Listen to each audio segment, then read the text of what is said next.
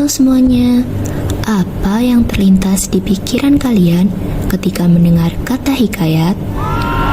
Benar, lebih tepatnya, hikayat adalah karya sastra lama Melayu berbentuk prosa yang berisi cerita, undang-undang, dan silsilah bersifat rekaan, keagamaan, historis, biografis, atau gabungan sifat-sifat itu. Dibaca untuk pelipur lara, pembangkit semangat juang, atau sekadar untuk meramaikan pesta. Nah, kali ini saya mengajak kalian untuk membahas tentang hikayat Sultan Mahmud Ghaznawi, terutama di bidang kebahasaan hikayat tersebut. Penasaran? Mari kita bahas setelah intro berikut.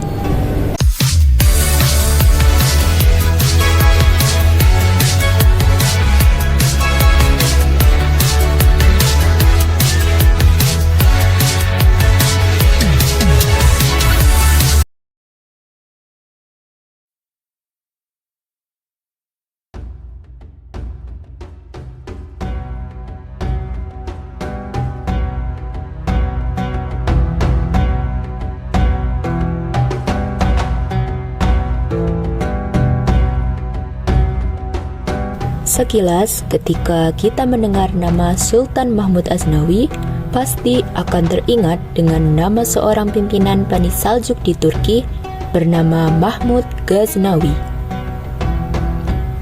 Kemiripan itu bukanlah suatu kebetulan. Menurut Snak Horgronje dalam Brakinski 2015, hikayat Sultan Mahmud Ghaznawi memanglah sebuah bentuk penceritaan naratif bertema petualangan yang mengandung nilai-nilai didaktik dari seorang tokoh Sultan Mahmud Ghaznawi. Pernyataan ini juga didukung oleh pendapat Jelani dalam Brakinski 2015 halaman 36 dalam buku ketiga Bustan Al-Salatin yang membahas tentang raja-raja yang adil dan wazir yang cerdas. Di sana dapat ditemukan banyak cerita didaktik yang protagonisnya adalah penguasa Turki. Hikayat Sultan Mahmud Ghaznawi merupakan naskah Melayu klasik yang berkisah tentang Sultan bernama Mahmud Ghaznawi. Ia memimpin negeri Ghaznawi dengan dibantu oleh dua perdana menteri setianya bernama Khoja Hasan Maimandi dan Khoja Irhas. Hikayat bertema petualangan ajaib ini memiliki 18 episode yang mengisahkan perjalanan hidup seorang Sultan Mahmud Ghaznawi. Awal hikayat dibuka dengan kesetiaan dan kebijaksanaan kedua perdana menterinya. Dilanjutkan dengan perjalanan Sultan Mahmud Ghaznawi mencari permaisurinya yang bernama Dewi Nur Skandariyah. Berbagai kejadian unik terjadi, mulai dari pelayaran Sultan Mahmud ke berbagai negeri asing, penyamaran Dewi Nur Skandariyah untuk menyelamatkan negeri dari kebangkrutan, hingga akhir kisah yang menceritakan proses perbesaran antara negeri Batawali dengan negeri Ghaznawi. Kata tamat setelah akhir cerita masih memiliki kelanjutan adanya teks syair tamsil berisikan nasihat berjumlah 4 halaman. Nasihat luhur tersebut dikemas dengan perumpamaan dagang untuk memberikan gambaran hakikat hidup di dunia yang hanya sementara.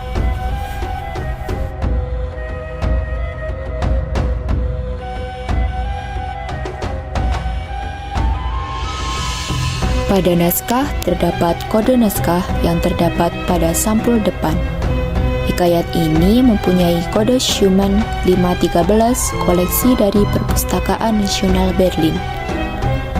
Lalu terdapat watermark Concordia Resparve Curzon atau Pro Patria terlihat dalam bentuk setengah pada halaman awal dan setengah lagi pada bagian akhir.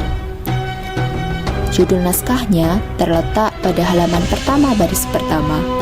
Terlihat dari awalannya menggunakan basmalah wabihi nasta'inu, lalu diikuti kalimat ini hikayat Mahmud Ghaznawi.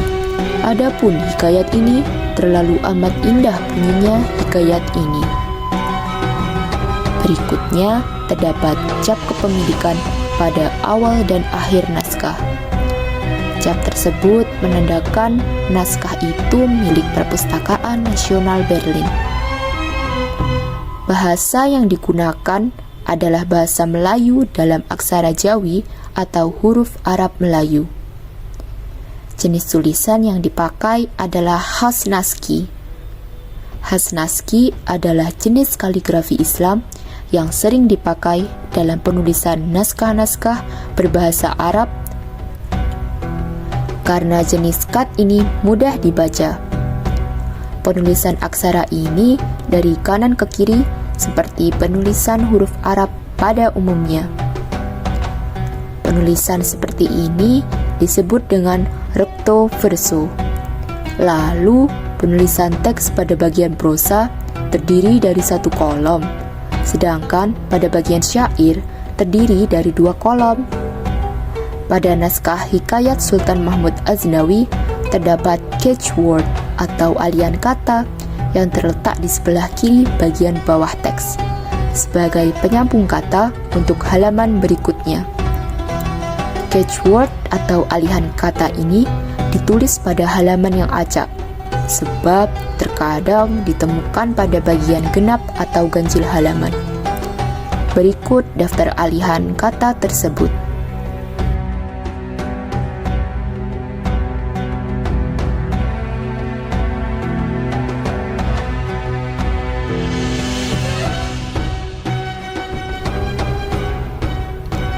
Dalam hikayat ini terdapat partikel lah, kah, dan pun yang sering digunakan untuk mempertegas kalimat. Contohnya, demikianlah, banyaklah, datanglah, berapakah, adakah, gilakah, adapun, lagipun, itupun, dan masih banyak lagi. Ada juga imbuhan klitiknya, ku, dan mu juga ikut banyak digunakan, seperti dalam kata bunyinya, bijaksananya, tebusannya, anakku, katamu, dan sebagainya.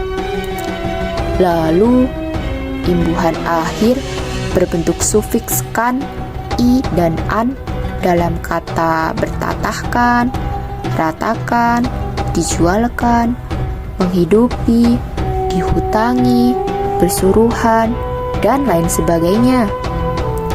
Ada juga imbuhan lain seperti menasal dalam kata menjunjung, afiks ber dalam kata berhutang, afiks di, afiks ke an, dan sebagainya.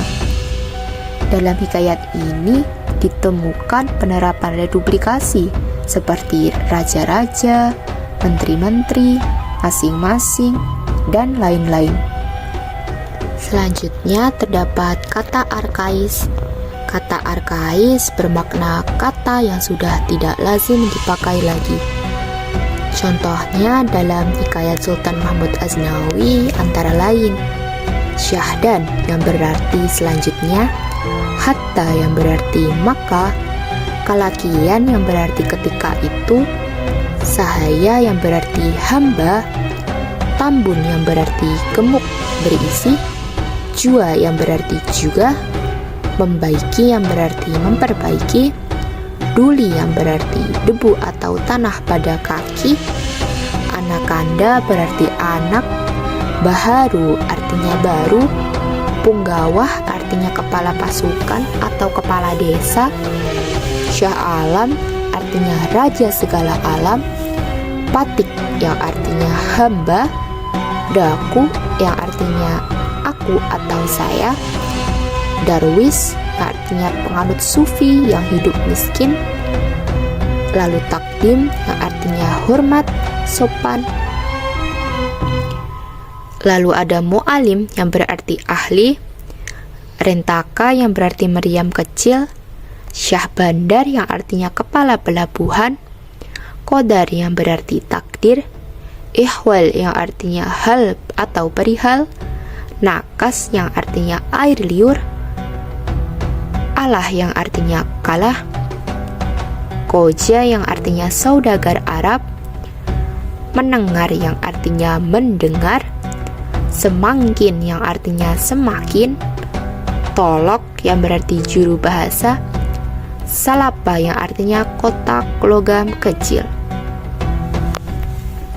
Lalu ada lagi, yaitu ajam yang artinya orang Islam yang bukan dari bangsa Arab, Arabi yang artinya orang Islam yang berasal dari bangsa Arab, Adar yang artinya orang yang sangat tua, Iapan yang artinya menyediakan makanan berupa daging, Jogar artinya permainan yang mirip dengan permainan dam, Kerubung yang artinya tempat menyimpan padi, Malim yang artinya orang yang memberi petunjuk pada nahkoda saat berlayar atau juru kemudi, Narwastu yang artinya tumbuhan, rumpai atau akar wangi, Pelur yang artinya wadah besar untuk mengisi air, Sidi yang artinya gelar sebelum penyebutan nama.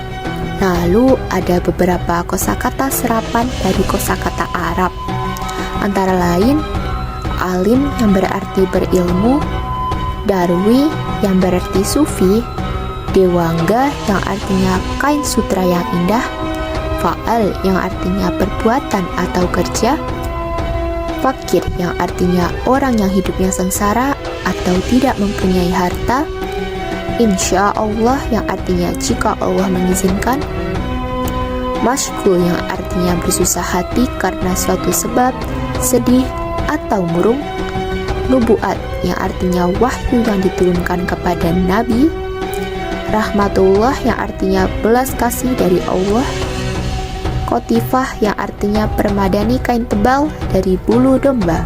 Ada juga nih kosakata dari bahasa Arab, yaitu Arabi yang artinya orang Arab, alaihi rahmah yang artinya Tuhan yang maha pengasih, barakallah lana wa lakuma wa iyana wa iyakuma aulad as-solihin yang artinya semoga Allah memberkahi kepada kami dan kepadamu keturunan orang-orang yang benar.